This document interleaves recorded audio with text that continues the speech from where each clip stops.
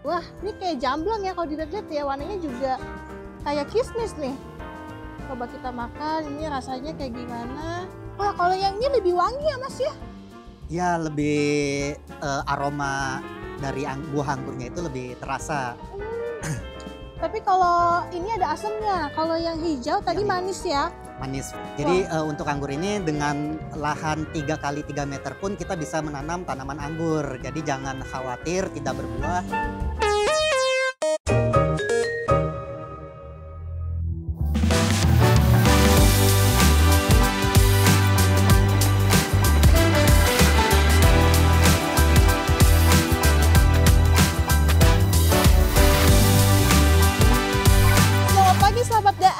Kalau kita lihat ke kiri ada jalan tol, kalau lihat ke kanan ada rel kereta, tengah-tengahnya nih ada kebun nih penghijauan. Halo Pak Samsyu. Halo, selamat pagi sahabat Daai. Selamat datang di kebun rel. Kebun rel ini ruang edukasi dan literasi. Wah, di sini ada apa aja nih Pak Samsyu? Banyak ya. Kita di sini melakukan eksperimen pembibitan kangkung dengan berbagai varietas, budidaya anggur untuk edukasi. Begitu juga di sana nanti kita ada bengkel untuk berkreasi, membuat karya-karya dari limbah. Mantap sekali nih Pak Samsyu. Aku juga penasaran Pak untuk melihat kebun anggur, kebun kangkung, sama tadi ada bengkel ya? Boleh, boleh.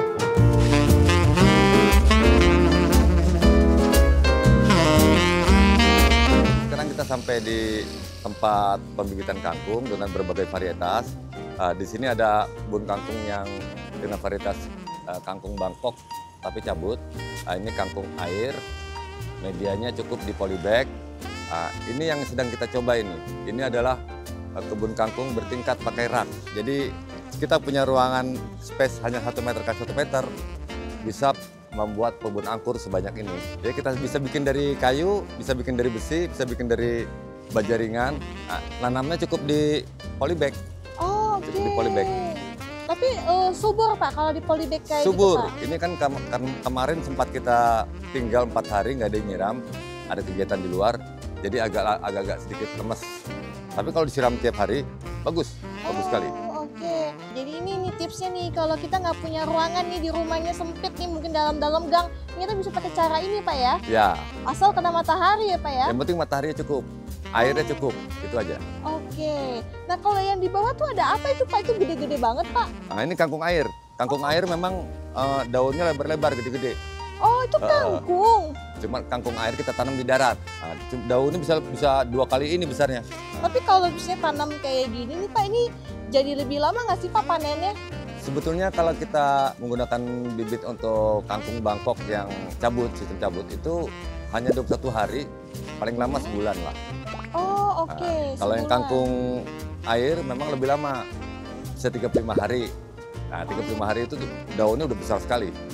Oh oke, jadi sebulan tuh bisa panen tuh ya, Iya, pada umumnya ya? bisa panen. Oke, tapi kalau misalnya Pak ada yang daun-daun yang mati gitu ya, kadang yang nggak kepake itu biasanya diapain sih Pak? Apakah dijadikan kompos? Iya, jadi sisa daun yang bekas pangkasan, bekas panen, itu kan ada sisanya, itu kita masukkan ke satu tempat, kita olah jadi media tanam, jadi kompos. Oh di sini ada Pak? Ada, nanti juga ada di sebelah itu ada komunitas sebetulnya pengangkut sampah dari klaster-klaster perumahan. Nah, hasil sampah-sampah sapu pohon-pohon di klaster-klaster itu dulunya biasa dibakar.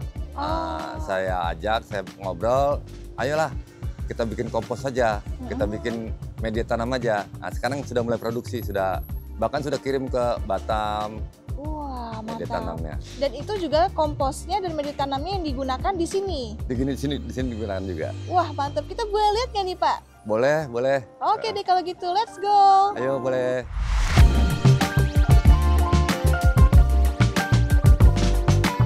Ini dia. Ini sampah yang baru datang, sampah-sampah daun hasil sapuan klaster-klaster yang baru datang, kita taruh di sini. Oh ini sebanyak ini Pak yang dari klaster-klaster daerah sini? Iya, karena sini ada puluhan klaster-klaster perumahan. Satu klaster aja bisa ratusan rumah.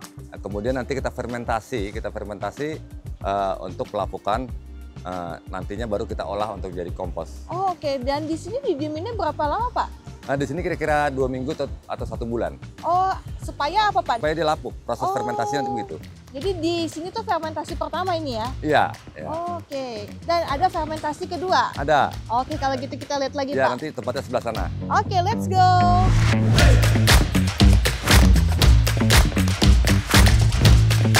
Ya, sahabat AI, sekarang kita sampai di tempat proses fermentasi kedua. Jadi hasil yang tadi dari tumpukan tadi kita fermentasi, kita pindahkan ke sini sampai nanti benar-benar lapuk sekali.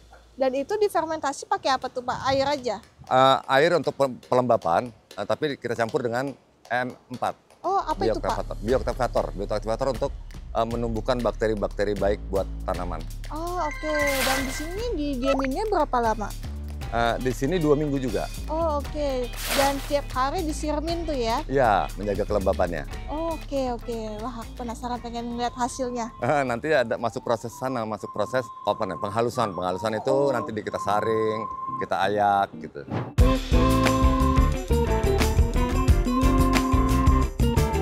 Ya sahabat AI, jadi hasil fermentasi tadi kita pindahkan ke sini. Kita pindahkan ke sini untuk dilakukan pengayakan. Ini kalau udah difermentasi jadi kayak tanah lagi Pak? Betul. Jadi tanah lagi seperti tanah, tapi masih agak kasar. Makanya nanti dari sini kita masukin proses pengayakan. Oke, pengayakan tuh buat apa tuh Pak? Supaya untuk lebih halus hasilnya.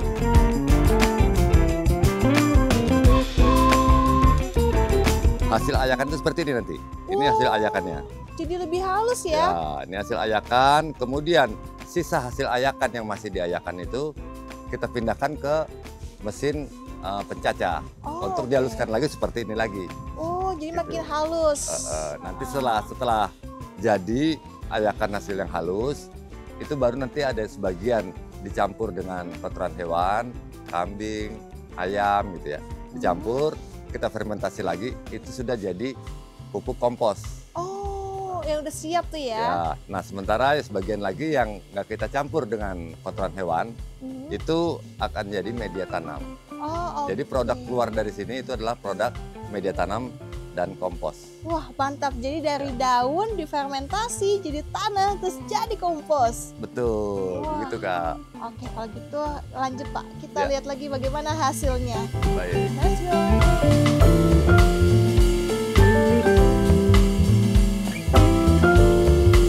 Ya sahabat AI, tadi setelah proses di sana semua selesai, itu langsung kita packing.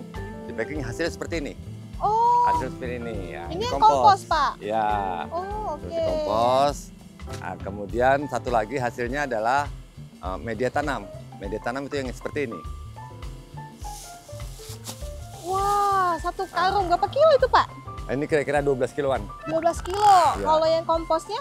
10 kiloan. Wah, mantap sekali. Dan ini yang digunakan juga untuk tanaman yang ada di kebun rel. Iya, pasti. Wah, termasuk kebun anggur Pak? Iya, masuk. Nanti kita juga kebun anggur, nanti menjelaskan di kebun anggur nanti ada tim saya, sama saya juga. Oke, sip. Kalau gitu yuk kita petik anggur kali Pak ya? Boleh. Oke.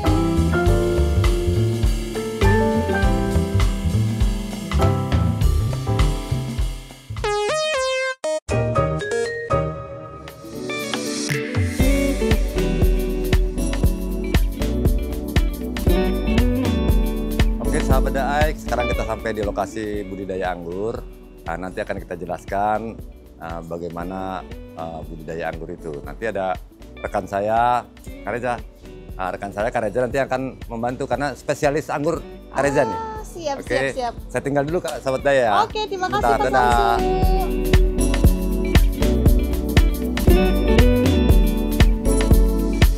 Halo Mas Reza. Halo sahabat Daai, saya Reza Palevi. Saya di sini akan berbagi tips untuk menanam tanaman anggur. Ya, kebetulan di sini saya ditanggung jawabkan untuk merawat, menanam, dan menjaga kelestarian lingkungan ini dengan menanam tanaman anggur. Wah, itu gimana caranya aktivitas di sini, Mas Reza? Untuk yang pertama kita harus memilih bibit yang subur. Kemudian kita tentukan lokasi yang ideal untuk tanaman anggur, seperti kebutuhan sinar matahari, sirkulasi udara, dan media tanam yang gembur atau subur. Oh, tapi meskipun ini di tengah perkotaan nih, di kiri ada jalan tol, kanan ada rel, itu bisa Mas? Itu bisa. Tadi poin pentingnya itu adalah sinar matahari dan sirkulasi udara. Kemudian yang tak kalah penting itu perawatan rutinitasnya. Oh, oke. Tapi ini kenapa pakai ini nih Mas atasnya Mas? Untuk anggur sendiri itu idealnya harus dinaungi dengan atap transparan ya atau plastik UV. Karena tanaman anggur ini sangat rentan dengan air hujan. Terutama ketika tanaman anggur ini sedang berbuah atau sedang berbunga, itu mudah sekali rontok jika intens terkena air hujan. Oh, oke. Berarti semprot-semprot aja kalau mau dikasih airnya. Iya, untuk perawatan mingguannya saya di sini selalu mengaplikasikan obat atau pupuk dengan cara menyemprot daun, batang, dan media tanam. Oh, oke. Tapi ini tuh sebenarnya ada caranya nggak sih Mas supaya dia bisa ngerambatnya rapih kayak gini? Pertama, siapkan media rambatannya terlebih dahulu agar bisa menompang si tajuk atau tunas anggur ini. Oke, jadi ini juga ada jarak-jaraknya tuh Mas ya? Ada, untuk rambatan sendiri sih kurang lebih 20 sampai 30 cm untuk rambatan perluasnya itu. Karena untuk menjaga sirkulasi udara itu tetap lancar dan terbebas dari hama dan penyakit. Tapi kalau yang di atas tuh sebenarnya nyambung ya Mas ya? Yang rambat di atas. Kalau untuk rambatan di atas ini sistemnya beda, ini sistem para-para. Jadi beda pohon juga. Oh, beda pohon. Jadi dia emang dikhususin buat bikin jadi kayak gitu ya yang di atas ya? Iya, jadi untuk yang di atas ini kebetulan beda pohon dan beda jenis. Dan yang untuk di sistem tralis ini juga beda jenis. Oh. Jadi kita menggunakan sistem tralis dan para-para. Oh, oke. Tapi ngomong-ngomong nih ada berapa jenis varietas Mas di sini? Untuk di sini kurang lebih ada 10 varietas yang dikembangkan. Di sini ada sisa beberapa yang bekas dipanen kemarin dan nanti sahabat dai bisa melihat bagaimana kita cara memanennya dan mengkonsumsi langsung buah anggur dari pohonnya. Oke deh kalau gitu. Let's go Mas Reza. Let's go.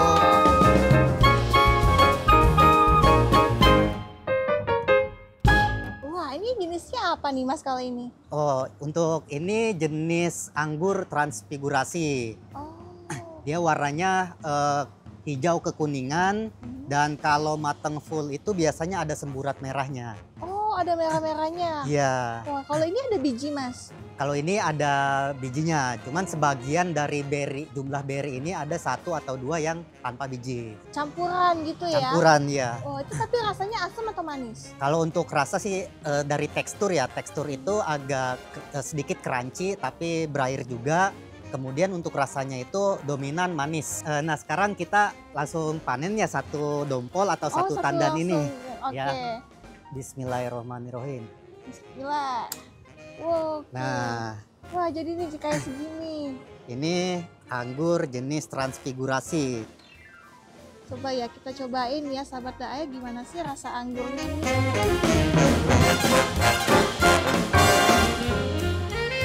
Ini nggak ada bijinya Mas.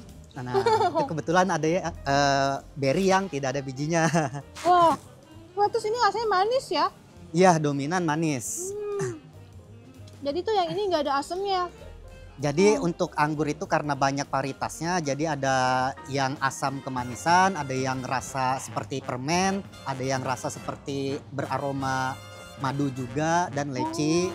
Jadi saking banyaknya varian anggur ini, kita bisa memilih jenis anggur apa yang kita akan budidayakan atau kita akan tanam. Wah, mantap. Jadi sesuai selera pemirsa dai ingin menanam jenis apa, entah itu warna merah, kuning, hijau, atau hitam, itu bisa ditanam di Indonesia. Wah, keren sekali.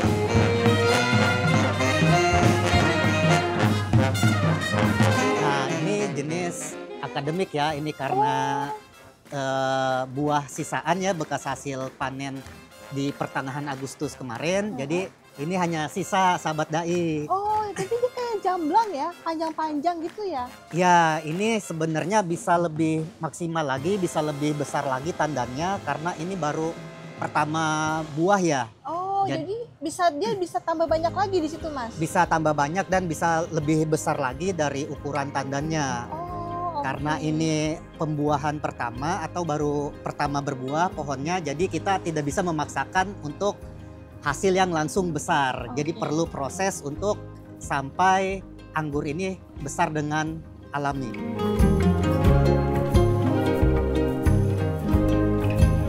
Wah, kalau yang ini rasanya kayak gimana, Mas? Beda nggak? Ini airnya cukup kurang ya, dia lebih dominan ke crunchy ya. Oh gitu. Iya.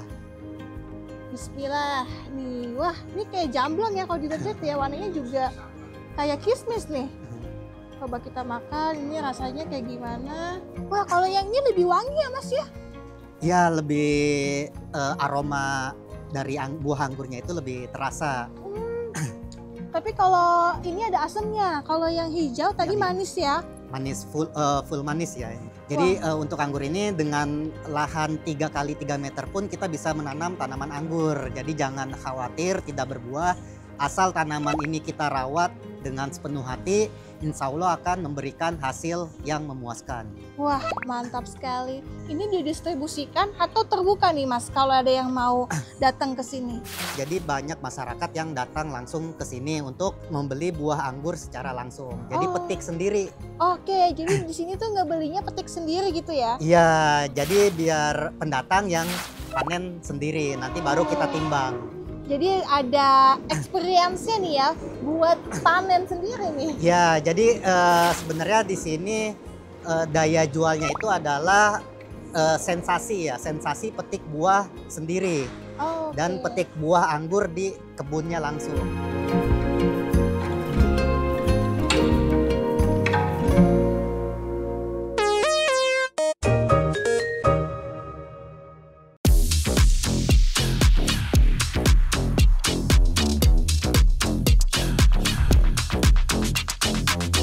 Wah, sahabat Daai, abis kita makan anggur, ini ada apa nih, sudut kreasi? Wah, halo Mas, ini tempat apa Mas? Halo sahabat DI, sebenarnya di sini sih lebih ke pemanfaatan kembali atau pembuatan kembali dari bahan-bahan yang sudah tidak terpakai, dibuat kembali menjadi barang yang mempunyai nilai jual.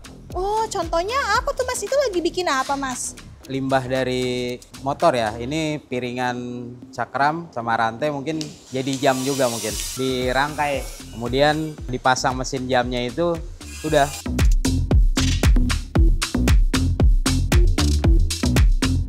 Nah ini sahabat DI hasil jadinya. Wow, udah jadi jam. Ya, salah satu contoh karya yang simple.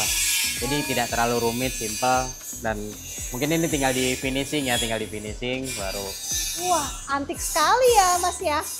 Tapi selain jadi jam, ini katanya bisa dibikin jadi lampu. Kayak gimana tuh Mas yang jadi lampu Mas? Ya mungkin ya seperti itu. Ini plat kopling mobil, ini shock motor, ini filter dari mobil. Oh, dari otomotif semua? Iya, ini Jadi plat bisa lampu. kopling motor. Jadi ini digabung-gabungin gitu ya? Ya, kombinasi dari limbah yang ada aja. Itu bisa nyala Mas? Oh iya dong, bisa nyala ini. Wah, Kita coba ya. gimana? Coba-coba. Wih, jadi warna-warni gitu ya. Wah, unik banget ini Mas. Biasanya nih berapa lama nih Mas bikin lampu kayak gitu? Nggak sampai 3 jam. Oh, nggak sampai 3 Ya, jam? yang penting bahannya sudah tersedia ya. Limbah-limbahnya itu sudah tersedia, sudah ada. Wah, keren banget ya. Berarti udah mulai dari kapan nih Mas Des punya inovasi kayak gini? 2011. Oh, dari 2011? Iya. Selain itu dibikin apa lagi Mas? Bisa nggak kalau dibikin jadi motor baru lagi? Ya motor bukan motor baru sih jatuhnya. Ya motor didaur ulang lagi. Oh, jadi dari perintilan motor-motor terus disatuin lagi jadi motor kayak gitu? Dia secara terpisah dapatnya. Pertama kita dapat rangkanya dulu. Setelah dapat rangka kemudian dapat ini. Terus disatu-satuin tuh ya? Ya, kemudian kalau ini tangkinya memang bukan buatan ya, tangki bawaan motor motor lawas Aha. yang tadinya memang sudah berkarat, sudah keropos. kemudian kita recycle lagi, kita daur ulang lagi biar bisa digunakan kembali. Oke, jadi dari perintilan motor-motor jadi motor kayak gini buat pajangan nih ya. Ya, nah ini ada juga nih, ini sih tadinya limbah dari mesin pemotong rumput. Nah, kita dapat limbah mesin potong rumput dari tukang rongsok yang lewat, kita beli, kita servis ulang. Cuman belum bisa nyala ya karena ada satu komponen yang belum kita dapat, belum kita ganti. Nah, kemudian setelah dapat mesin potong rumput itu kita rakit deh untuk jadi otopet seperti ini. Wah, mantap nih, keren sekali nih sudut kreasi yang ada di Kebun Rel.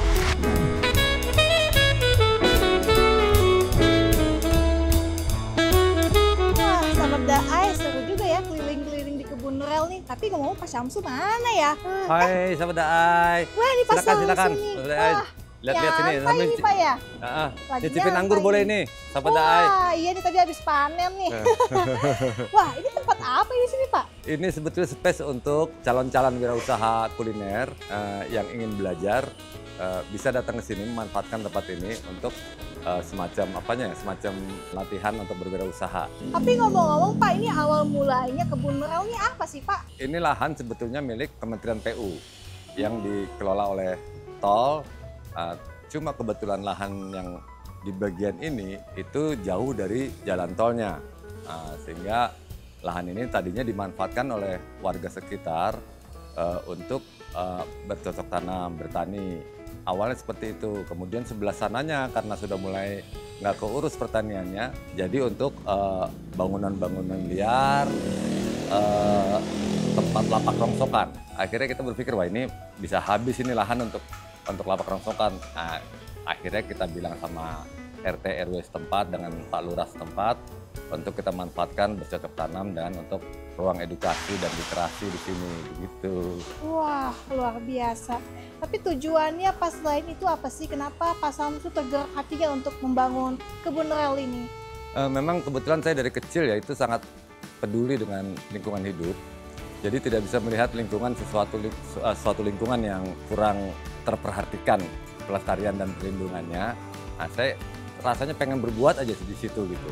Nah, kebetulan karena sekarang usia udah tua, udah nggak banyak bisa berkeliling. Nah, ada tempat ini, kita fokus ke sini.